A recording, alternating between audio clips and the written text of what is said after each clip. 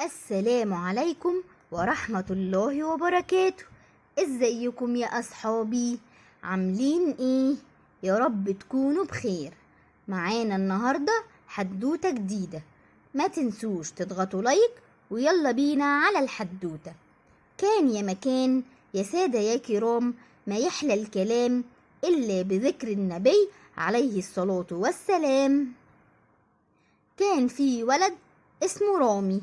كان ولد جميل والناس كلها بتحبه لأنه مؤدب، وماما دايما تجيب له هدايا ولعب، وكان بيسمع الكلام ودايما مكتبه مترتب. رامي في يوم في أجازة الصيف قال لمامته إنه عايز لعبة جديدة، وماما وافقت. راحوا يشوفوا الألعاب في المحلات في منطقة قريبة منهم.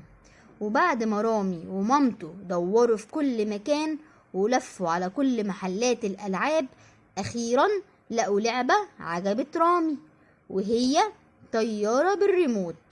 ومشيوا بعد ما دفعوا الحساب، بس ماما قالت له الطيارة ما ينفعش تلعب بيها في البيت عشان ما تتكسرش، العب بيها في النادي.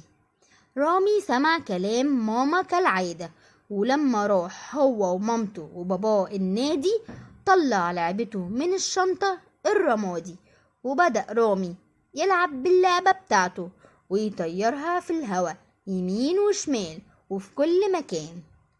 وأصحاب رامي شافوه وهو بيلعب بالطيارة، طلبوا منه يلعبوا بيها هما كمان، بس رامي رفض. قال لهم لأ، دي لعبتي الجديدة وأنا اللي هطيرها في الهوا لوحدي. أصحابه قالوا له بس أنت لما كنت بتلعب معانا بألعابنا كنا بنشاركها معاك عادي. رد رامي وقال بس دي لعبتي الجديدة وماما جابتها لي ومش عايز حد يشاركني فيها.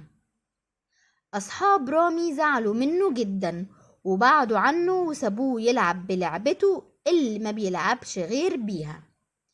يوم ورا يوم كل ما يروح رامي النادي يطلع طيارته ولوحده يطيرها.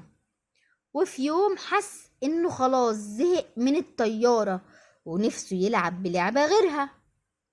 وهو ماشي في النادي شاف أصحابه جايبين كورة جديدة وبيلعبوا بيها وبيحدفوها لبعض، بس رامي كان خايف لو راح وقال لهم إنه عايز يلعب معاهم بيها يكون ردهم الرفض.